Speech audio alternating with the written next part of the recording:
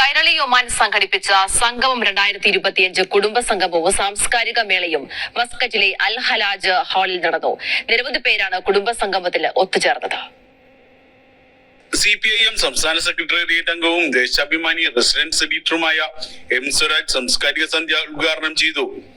ഈ കുടുംബ സംഗമത്തിൽ പ്രവാസ ലോകത്തെ കലാപ്രവർത്തകർ അണിയിച്ചൊരുക്കിയ നിരവധി കലാവിഷ്കാരങ്ങളുണ്ടായിരുന്നു. അക്ഷരാർത്ഥത്തിൽ ഏതൊരു കലാസ്വാദകനെയും വിസ്മയിപ്പിക്കുന്ന വലിയ മഹത്തായ പ്രകടനമാണ് ഇവിടെ നടന്നത്.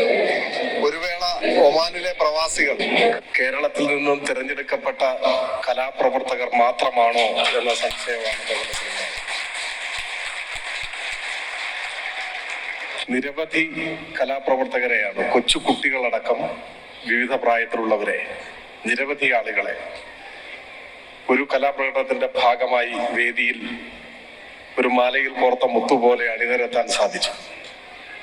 എല്ലാവരും ഒന്നിനൊന്ന് മികച്ച പ്രകടനം കാഴ്ചവെക്കുകയും ചെയ്തു. മോശമെന്ന് പറയാൻ ഒന്നും ഉണ്ടായിട്ടില്ല. അപ്പോൾ വളരെ ഹൃദയപൂർവ്വം ഈ പ്രവാസ ലോകത്തെ കലാകാരന്മാരെയും കലാകാരികളെയും ഹൃദയപൂർവ്വം അഭിവാദ്യം ചെയ്യുന്നു, നിങ്ങളെ അഭിനന്ദിക്കുന്നു.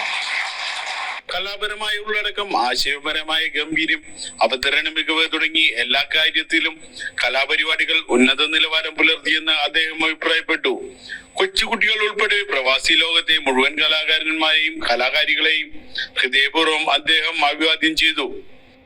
ഒമാനി പൗരപ്രമുഖൻ അദാകാമുൽ al Dahabiya oil and gas company CEO doctor Salim Abdullah al Shanfari, Kairali പ്രതിനിധികളായ വിൽസൺ ജോർജ്, K. സുനിൽകുമാർ, മൊയ്തൂസി K, സുദീപ് പത്മനാഭൻ, അനൂജ് ചന്ദ്രൻ, പ്രവാസി ക്ഷേമനിധി ബോർഡ് അംഗം ജോർജ് ജോസഫ്, സംരംഭകൻ സന്തോഷ് ഗീവർ തുടങ്ങിയവർ ഉദ്ഘാടന ചടങ്ങിൽ സന്നിഹിതരായിരുന്നു. 3 ദശകത്തിലധികമായി ഒമാനിലുള്ള കൈരളി മെമ്പർമാർ, വ്യക്തിഗത നേട്ടങ്ങൾ കൈവരിച്ച അംഗങ്ങൾ, നവകേരള പ്രശ്നോത്തരിയിൽ മികച്ച സ്ഥാനം നേടിയ കുട്ടികൾ എന്നിവരെയും ചടങ്ങിൽ ആദരിച്ചു. ദോഫർ ഒഴികെയുള്ള ഒമാനിലെ എല്ലാ ഗവർണറേറ്റുകളിൽ നിന്നുമായി എത്തിച്ചേർന്ന 500-ലധികം കലാകാരന്മാർ നൃത്തം, നാടൻപാട്ട്, നാടകം തുടങ്ങി വൈവിധ്യമാർന്ന ഇനങ്ങൾ അവതരിപ്പിച്ചു. ഉയരു ചിന്തിയ 1000 പെൺകൊള്ള ധീര സഖാക്കളെ കേവലമറ്റനായി തെരുവിൽ തങ്ങുക.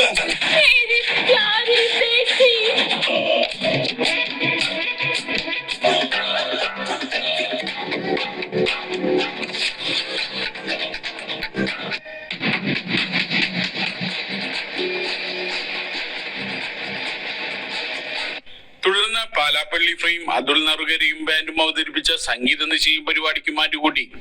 വർഷങ്ങൾക്ക് ശേഷമുള്ള ഒത്തുചേരലിനെ വേദിയൊരുക്കാൻ സാധിച്ചതിൽ സന്തോഷമുണ്ടെന്നും ഇത്രയും അധികം ആളുകളെ പങ്കെടുപ്പിച്ചുകൊണ്ട് ഇത്രയും ബൃഹത്തായ ഒരു പരിപാടി നടത്താൻ സാധിച്ചത് കൂട്ടായ്മയുടെ വിജയമാണെന്നും സംഘാടകരായ ഒമാൻ കൈരളി അറിയിച്ചു. Kairali news, Oman.